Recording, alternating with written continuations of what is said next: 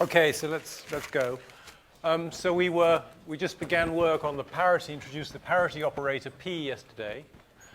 So what does it do? It makes out of your left hand your right hand if you orient it correctly by producing a state which is the same as the state you first had, but with everything reflected through the origin. So what you used to find the amplitude to be at minus x is now the amplitude to be at x. We showed, not surprisingly, that the square of p is the identity operator, because if you reflect something twice, you have it back where it was, which formally implies that p is p minus 1. And the next item on the agenda is to check that p is a Hermitian operator and therefore an observable. And the proof of that is that we take two states, phi and psi, and we evaluate this complex conjugate. Just make sure that is exactly what I plan to do, yes. So, sorry.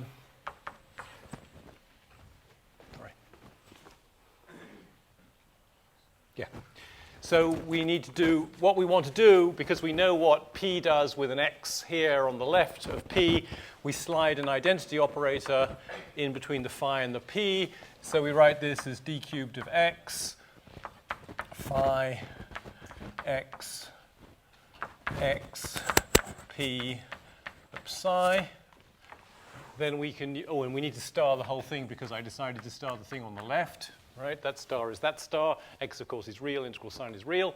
Then we can use that to replace this. So that becomes d cubed x phi x minus x. Oops, minus x of psi. And then we need to do the starring operation. So that's the integral d cubed x. Take the complex conjugate of that, and it becomes psi, minus x. And then here we're going to have x. And I could write just phi, but just for fun, why don't I write p squared phi, because p squared is the identity operator, so that's safe enough. Except I regard p squared as p times p. And then I can say, look, this p, this outer p, can be got rid of by replacing this by a minus x, because I'm using x, p, some newfangled state phi primed, which is p at phi. So this can be written as the integral d cubed of x psi minus x p. That's this inner p. That outer p has been dealt with by changing that sign on phi. And then I can change my variable of integration from x to x primed, which is minus x. And that's going to produce,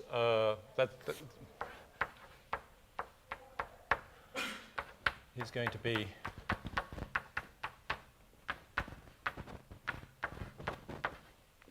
but this, take away the identity operator, sorry, that's x primed, which is minus x. Take away the identity operator, and we're looking at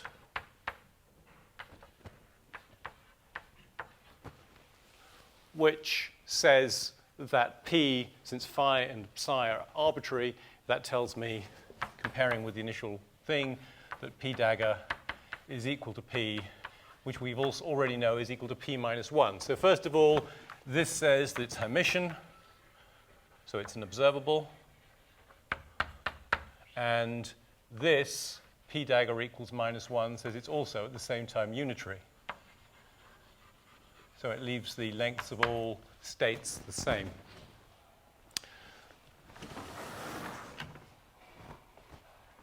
So since it's Hermitian, so what are its eigenvalues? We have, if p of psi is equal to m of psi, where this is its eigenvalue, or maybe we should call it lambda, more traditional. So if p of psi is equal to m of psi, so it's psi an eigenket, then we can apply p again and get that p squared of psi, which is actually equal to psi because p squared is 1, is also equal to lambda p psi, which is lambda squared psi.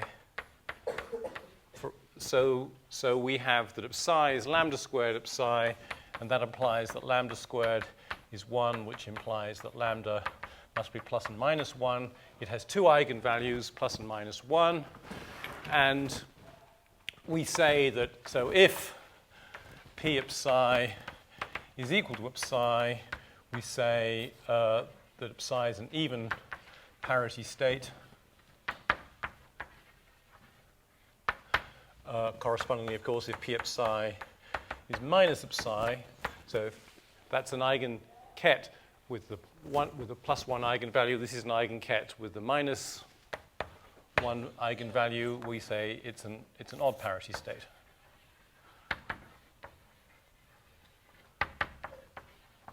What does that mean? From what we have up there, it means that when you, from the top there, the question is, so let's have a look at this. Sorry, let's look at from the wave function point of view, right? For even parity, we can say that x p psi, which is equal to minus x psi by the operation of the p thing, but since p psi is equal to psi, it's also equal to x psi. In other words, the wave function is an even function of x.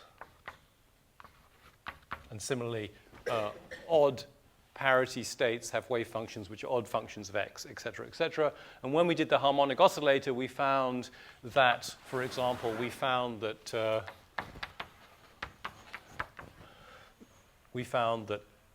n is even parity for n an even number.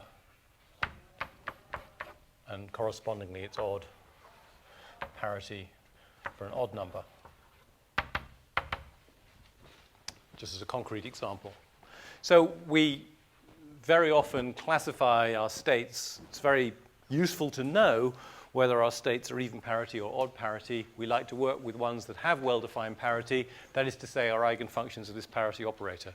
By no means all states are eigenfunctions of the parity operator, however. Okay, now we do something considerably more interesting, which is transformations of operators.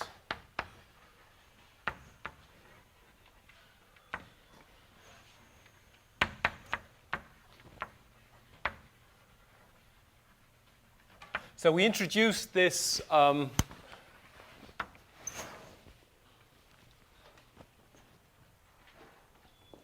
we introduced the displacement operator, right? Yesterday.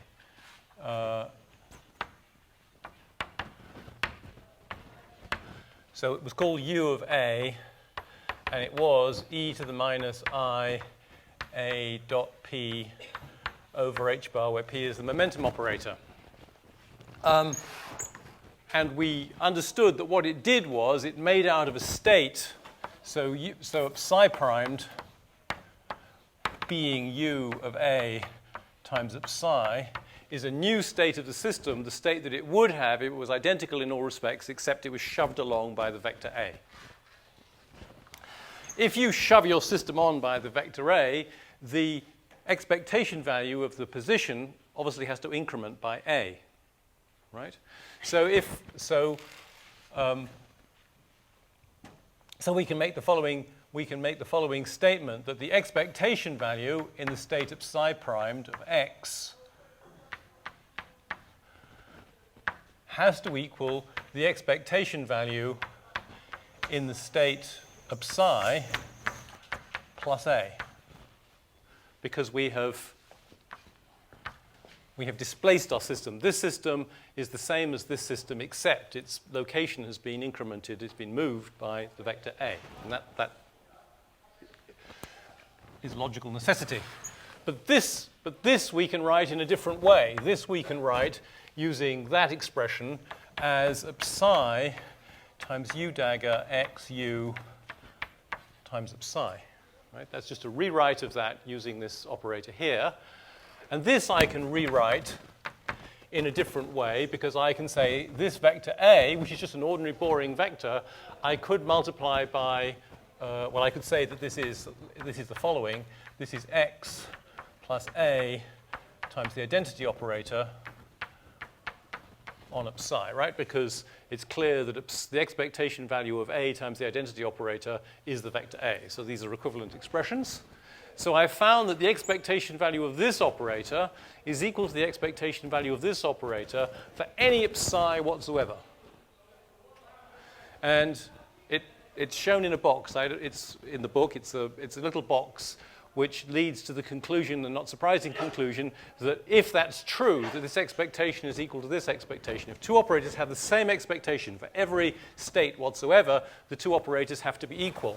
So this implies, with a little bit of footwork that's relegated to a box in the book, that u dagger xu is equal to x plus a, where this I is perhaps understood. Well, let's put it in, because I want that to be an operator, right? This is an operator on the right-hand side here. Right, now let's now we'll make A small, right? If A is small, we know we can expand this in terms of its generator, right? So we can write this as, this thing here can be written as the identity operator minus I A dot P over H bar plus order of A squared.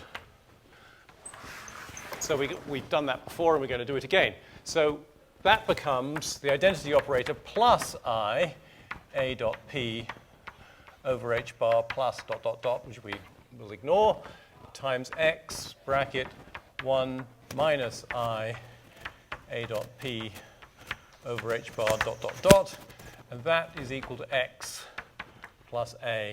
The I can be understood. So we multiply this all up to find what the terms on the order of A proportional to A are. So A is small but still arbitrary. I mean, you can still fiddle around with it, but it's small. So this is going to give me IXI is going to equal that, right? We're going to get an X on the left-hand side, which will cancel with that. And in the next order, we're going to get A dot P, which is small, because A is small, on X times I, and then we'll have an I times X times minus A dot P. So what we're going to left with in the order of A is I over H bar A dot P comma X. The commutator, because we're going to have this times this, and also with a plus sign, and we're going to have this times this with a minus sign. And what's that equal to? That's equal to A, because that's the terms on the order of A on the right-hand side. The higher order terms must all cancel. That we leave that to the magic of mathematics and not interested in it. So we have this relationship here, and let's look what this looks like in terms of components. If I look at so this is a set of three equations, one for the x component of this, one for the y component of this, and one for the z component of this. So what does it look like? It looks like, let's multiply by I over h bar and swap the order here. Then this is going to be x comma a dot p, commutator, is equal to I h bar a. Now let's write this out in its components. This is, as I say, a set of three equations, so I can say that xj, comma, the sum over k of a, well, it's aj, it's sum over k, ak, pk, but I can take the ak outside the commutator because it's a mere number, is equal to I h bar.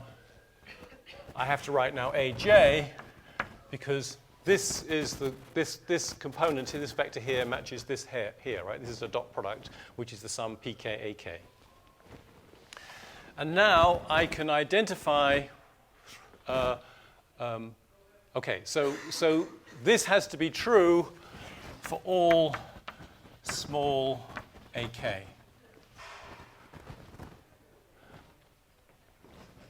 So I can write this right-hand side as the sum over k if I want to, I h bar, the sum over k of delta j k a k, posh way of writing it. And now I can say, because AK is arbitrary, the coefficient of AK on the right side has to equal the coefficient of AK on the left side. So that leads to the conclusion that xj, comma pk is equal to IH bar delta jk. So we've recovered the canonical commutation relation between x and p as a consequence of p being the operator which generates translations. So we've come at this in rather a roundabout way. Just to review how this has happened. I wrote down a rather arbitrary rule. I introduced p by an arbitrary rule. I said that x p psi is minus IH bar d by dx x psi. Using Ehrenfest's theorem, I tried to persuade you that this wasn't completely crazy. But really, it wasn't a very satisfactory job to start in that way. Then we showed that because P has this d by dx structure, it is the generator of translations. And as a consequence of its being the generator of translations, it must have this commutation rule. And what we should have done, really, is we should have said, look, there must be some operator which generates translations. This operator is going to have this commutation relation, and we should have worked our way down to finding out that in the position representation, it's represented like thus. And for the angular momentum operators, this is the line of argument we're pursuing. We're introducing them as the generators of rotations, and then we're going to find out what they look like in the position rotation and the position representation later on. So we've come at this in a slightly tortuous way. This is the main job that the momentum operator has. It's interesting, so it's probably worthwhile just checking that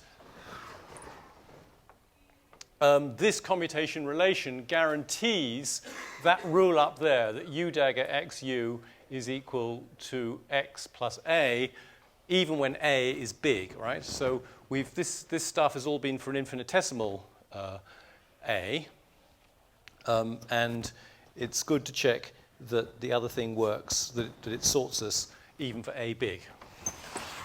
So now let's just talk about for any a, including a big one, any big displacement. So we're going to be looking at u dagger, xu. Let me just check my, yep. Which I can write, of course, as u dagger ux plus u dagger x comma u. So I've just swapped the order of those two and put in the commutator that compensates. This, of course, is going to be x, because u dagger u is 1. And what's this going to be? So it's going to be x plus u dagger of x comma e to the I minus I p, a dot p over h bar, close brackets. So this is a classic example. We studied this problem before. We're doing the commutator of x and a function of p. This is the function of p we're doing it. And do you recall that the answer to that problem was that we could write the commutator as the rate of change of this function with respect to p times x comma p. So this can be written as x plus u dagger, the rate of change of this with respect to the derivative of this with respect to p, which is going to be, of course, is going to be u, because the derivative of an exponential is the exponential, times the derivative of what's up here with respect to p. So it's going to be u d by dp of this is minus I. No.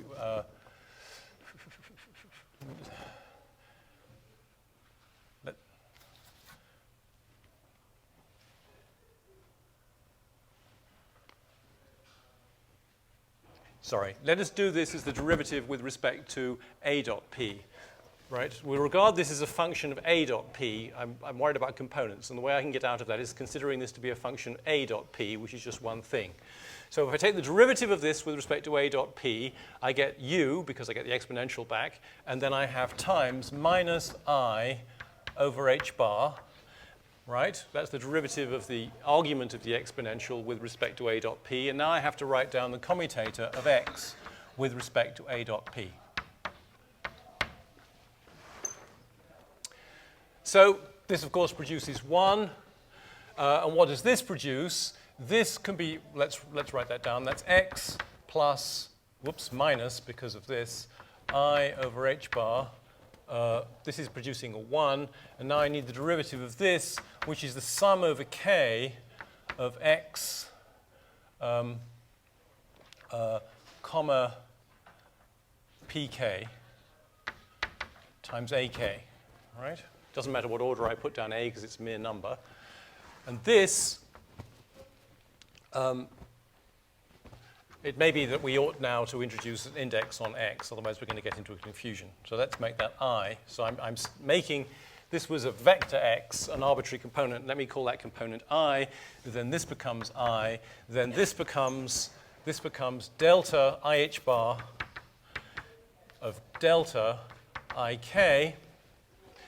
The I and the I make a minus 1, which cancels this. The h bar kills that. So this is equal to xi. And then this is nothing. This is nothing as k is summed, except when k equals I. So that becomes an I. So this just becomes an ai. And yes, it does sort us. That thing is equal to x plus a, as advertised at the top there.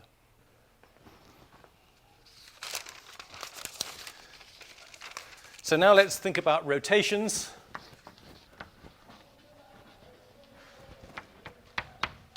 So we introduced these operators. We had jx, jy, and jz, so that alpha dot j generated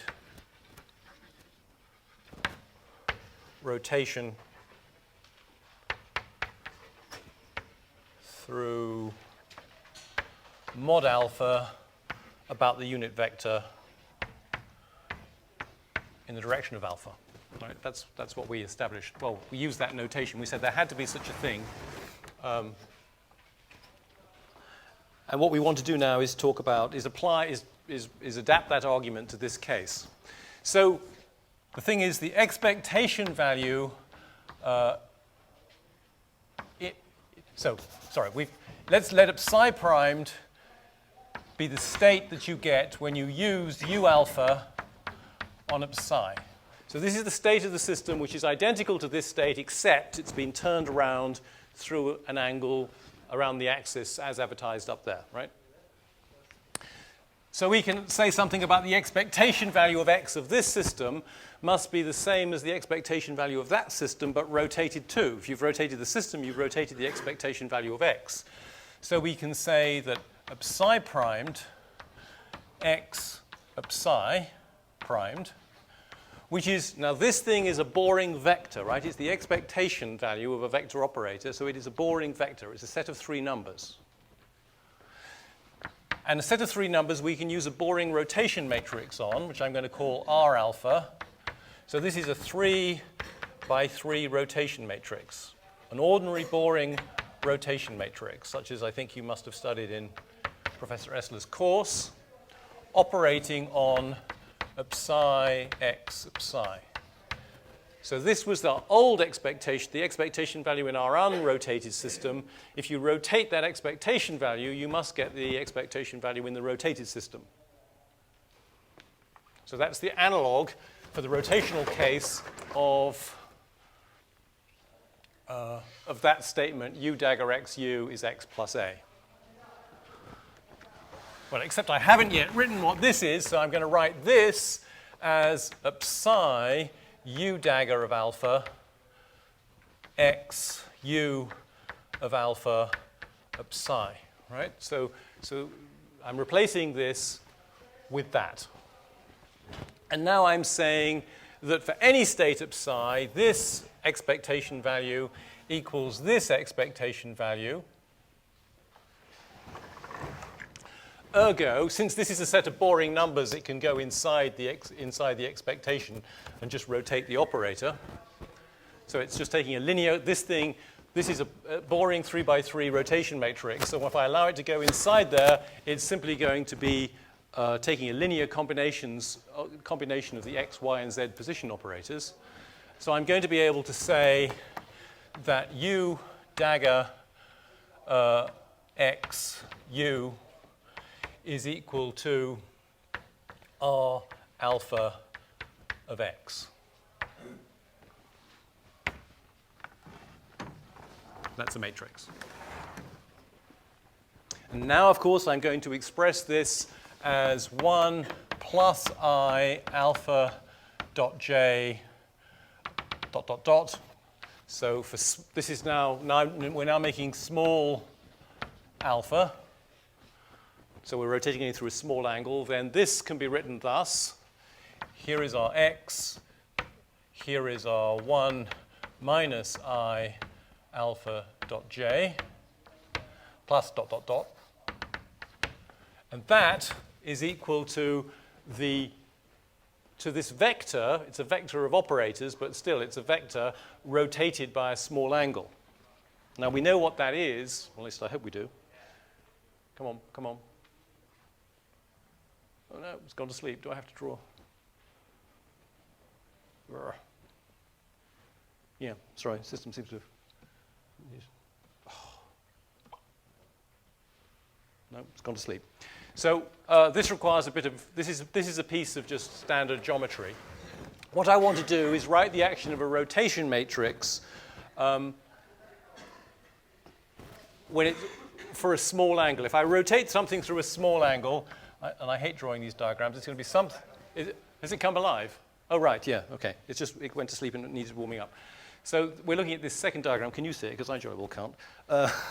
It's too faint. Anyway, so the point is that this is the vector v. Here is the rotation axis alpha.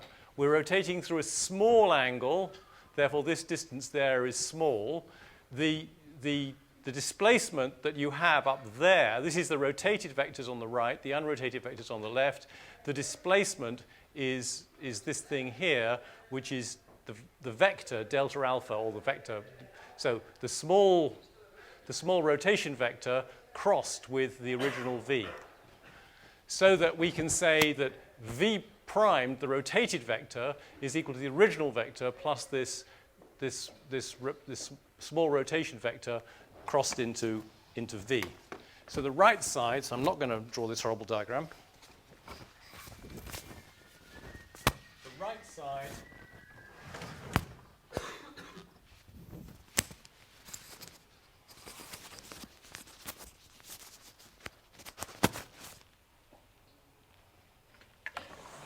so this is going to become x, that's the v up there, plus alpha cross x. So our R alpha is small, so we don't need the delta alpha. It's just alpha. We made it small to get rid of symbols. So we do the same old stuff. We multiply this out on the left up to order alpha. We notice that the I, the x of the I produces an x, which cancels with the I on the right. And we find that what we're left with to order alpha is alpha dot j times x minus from the I, the x, and the alpha dot j, the thing the other way around. So we find that I alpha dot j comma x is equal to alpha cross x. Now we need to write this in we need to introduce indices in order to disentangle what's going on around here. So this is going to be the sum over k, I times the sum over k of alpha k, which will come out, times jk, all right? That's alpha k jk, comma xj. No, this is, sorry. Let's change that. Let's change that to the thing we sum over to be j. Doesn't matter what we call it, but let's call it that. And call that k, all right? What's that going to be? That is going to be the kth component of this vector on the right. Sorry, we should call that I. Right, this is going to be the ith component of the vector on the right. Now, a cross product can be written as the sum over j and k of epsilon I, j, k. This is the thing which keeps changing its sign. If you swap any two indices, it changes its sign, and epsilon 1, 2, 3 is 1, which I hope you've met in Professor Ressler's course. So this is just writing a cross product in Cartesian tensor notation. Nothing to do with quantum mechanics. It's just standard vector algebra. And we have arranged it so that we have the ith component of the left side here and the ith component on the right side there. Now we play our trick of saying that, look, alpha is arbitrary. It needs to be small, but otherwise it's arbitrary. You can choose its direction any which way you like, and its magnitude in detail you can choose any which way you like.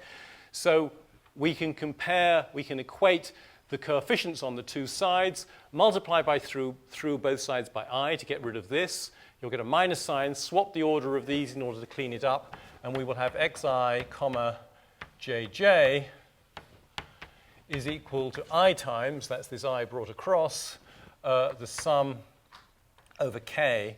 The sum over j will go away because we're equating the coefficient of j on the two sides of epsilon I, j, k, xk. This is a terribly important relation. It tells us how j commutes, how the jth component of angular momentum commutes with any component of the position operator.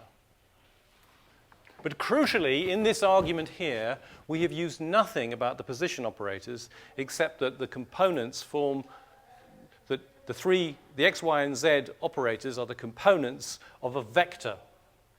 So all of this argument could be repeated for the three component operators of any other vector, for example, for p. So it follows immediately we've only used only property of x used, of the operator x used, is that it's a vector. So we've really shown that for any vector, this relationship holds. So we've shown that vi jj equals I epsilon sum over k of epsilon I, j, k, vk for any vector operator. So a vector operator is just a set of three operators, if you like, whose components whose expectation values will be the components of some classical vector. Okay, so we can immediately apply this as well as to x to vi is pi, the momentum. And we can also apply it to vi is equal to ji, the angular momentum. Why is that? In the book, you have the j and the v the other way round. Which is right? Oh, sorry. In which one? This one and this one? Or in the j is before the x and all the commutations in the book, and the j is before the v. I lost a sign somewhere. No, I think this is right. Yeah, I multiplied through by I, and I swapped the order of these two, did I? So is the book wrong? No, I don't think so. No, but this order is the same as this order, surely to goodness. I don't think... Yes, but in the book it's the other way around. Okay, let me take advice on that. I can't help being skeptical, but I suppose I should look here. I suppose I should look.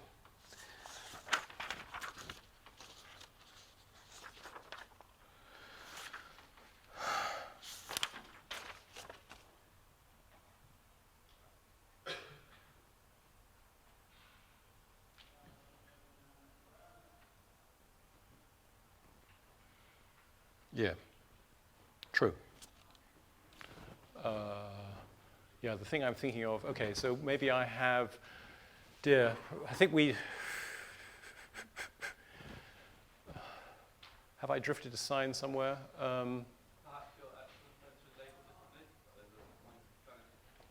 Well, no, this is definitely the ith component of that cross product.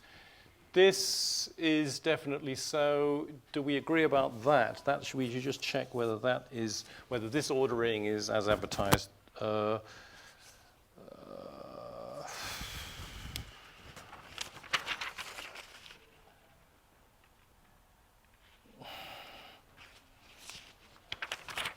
is the closest thing.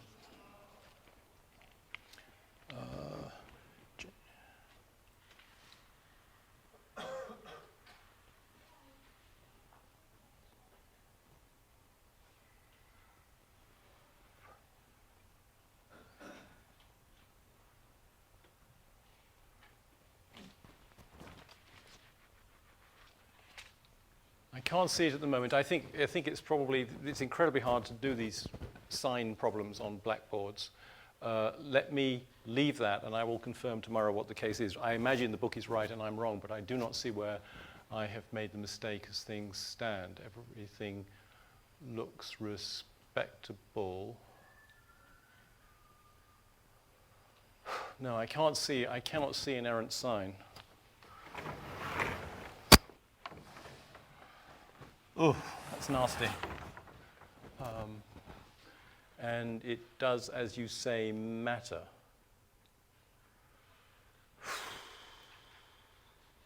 Yeah. I'll try and sort that and write up before tomorrow's lecture the way it should be. We need to be persuaded that this, well, the next thing I want to do is be persuaded that this is, so can we apply this to the angular momentum operators? It's going to be very important that we can. And what's the argument? The argument is that alpha dot j has to be a scalar. Why? Because the operator u alpha, which is e to the minus I alpha dot j, this thing is the rotation around a certain vector. What this operator is, this is a physically meaningful thing. And it is defined not by the three numbers that we happen to use to define the direction of the vector, but by exactly what that vector is. If you change your coordinate systems, you use a new coordinate system, you'll be using a new set of three numbers to define this, right? But you must get the same direction in space. And that will be the case if these three operators also transform. So the new operators, the operator associated with Jx primed, where x primed is your new x-axis, will be a linear combination of the old operators, the operators associated with the old axes, using the proper rule for a rotation. Then this dot product will stay the same, and this operator will stay the same as we require. So this operator will be independent of your coordinate system only if these three things transform amongst themselves as for a vector. So J must be a vector, and that means we can use it in here. That is to say, we can say that Ji, comma, Jj, commutator, is equal to I epsilon sum over k, I sum over k, epsilon I, j, k, j, k. So this is a crucial relationship. And from that, we will find out what the eigenvalues can be of these operators, Ji and Jj, and then we'll be able to find what the states of well-defined angular momentum are and everything else. This expression is right, because it's independent of any swap. Can it be that both expressions are right? Oh, I mustn't take time to think about it.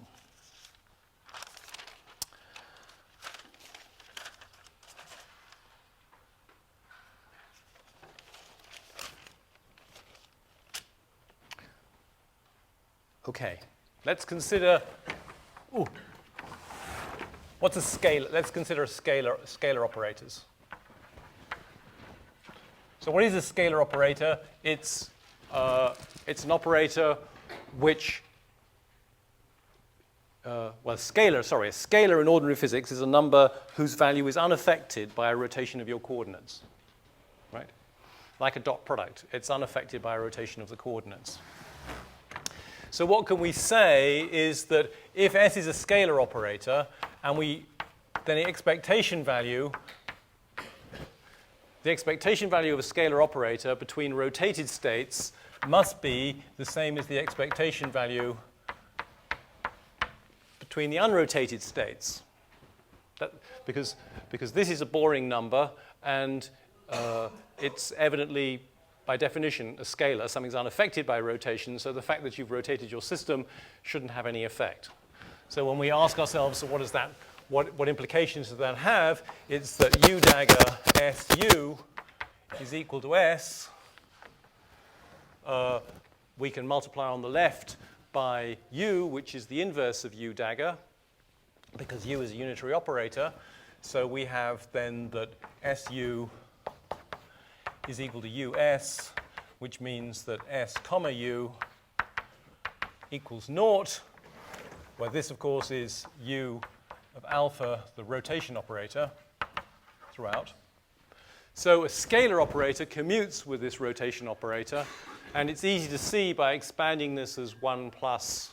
So if we write U is the identity minus I alpha dot J, etc., that immediately goes to the statement that S comma J I equals naught. So scalar operators commute with all the angular momentum operators. There's a very important and interesting scalar operator,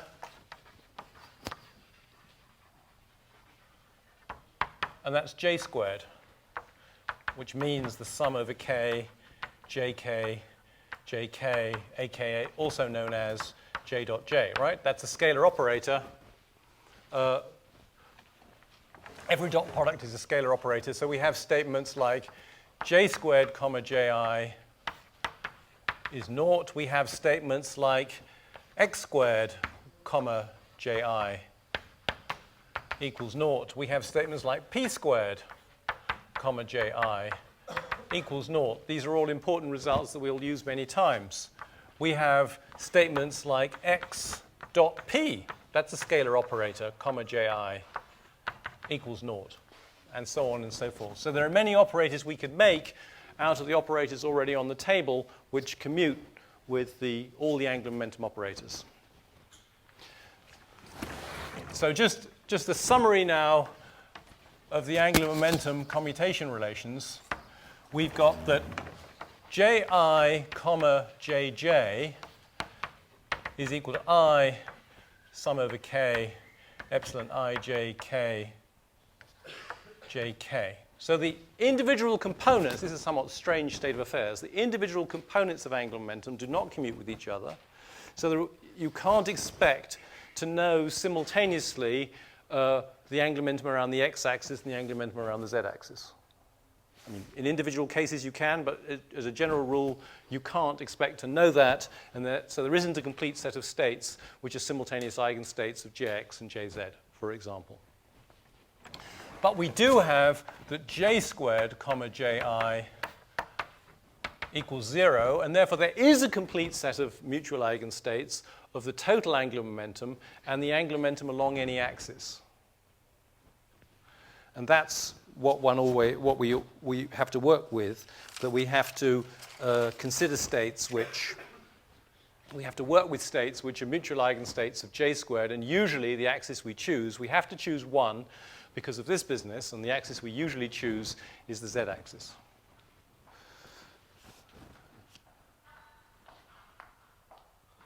An important result about parity, let's go back to the parity operator now.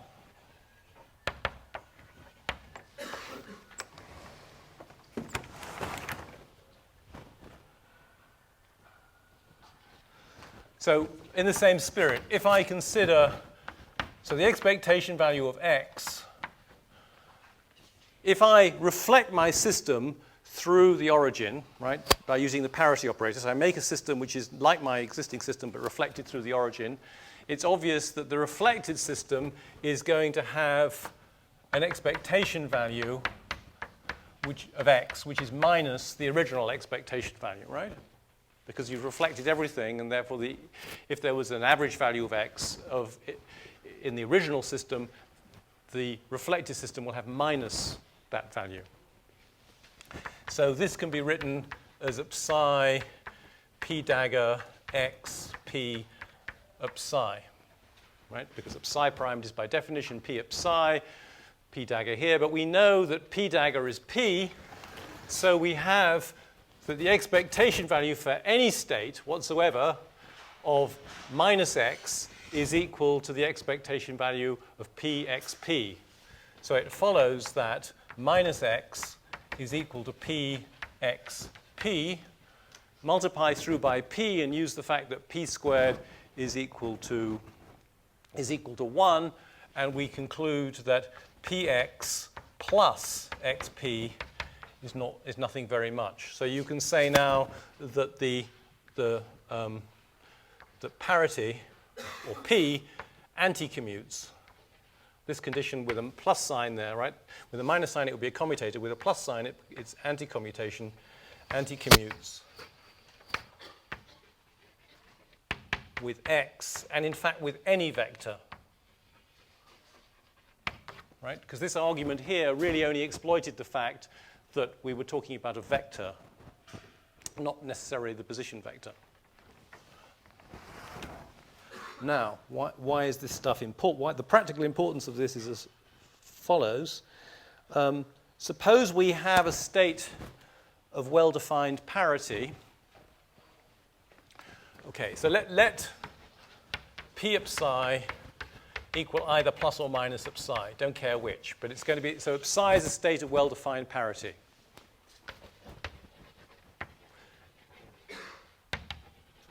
And we've seen that the eigenstates of the harmonic oscillator Hamiltonian are actually states of well-defined parity.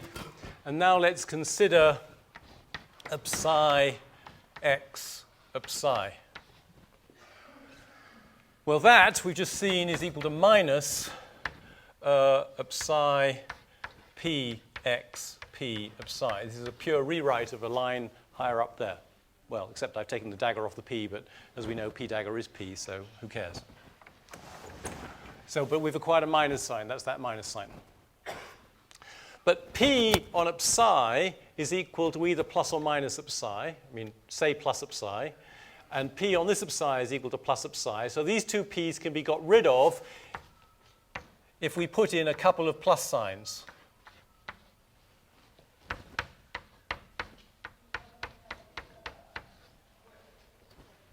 Or if p psi is minus, we have an extra. We take a minus sign out, but then we get another minus sign from there. So either way, we're taking out 2 of some sign, and therefore this is definitely 1. So we have that it's inevitably the case that this expectation value is equal to minus itself. The only number equal to minus itself is 0. So that implies that the expectation value of x vanishes. For all states, all states of well-defined parity. This is a result we use very often, and it doesn't just apply to x, it applies to any vector operator, right? I could have made x any vector operator and repeated the argument.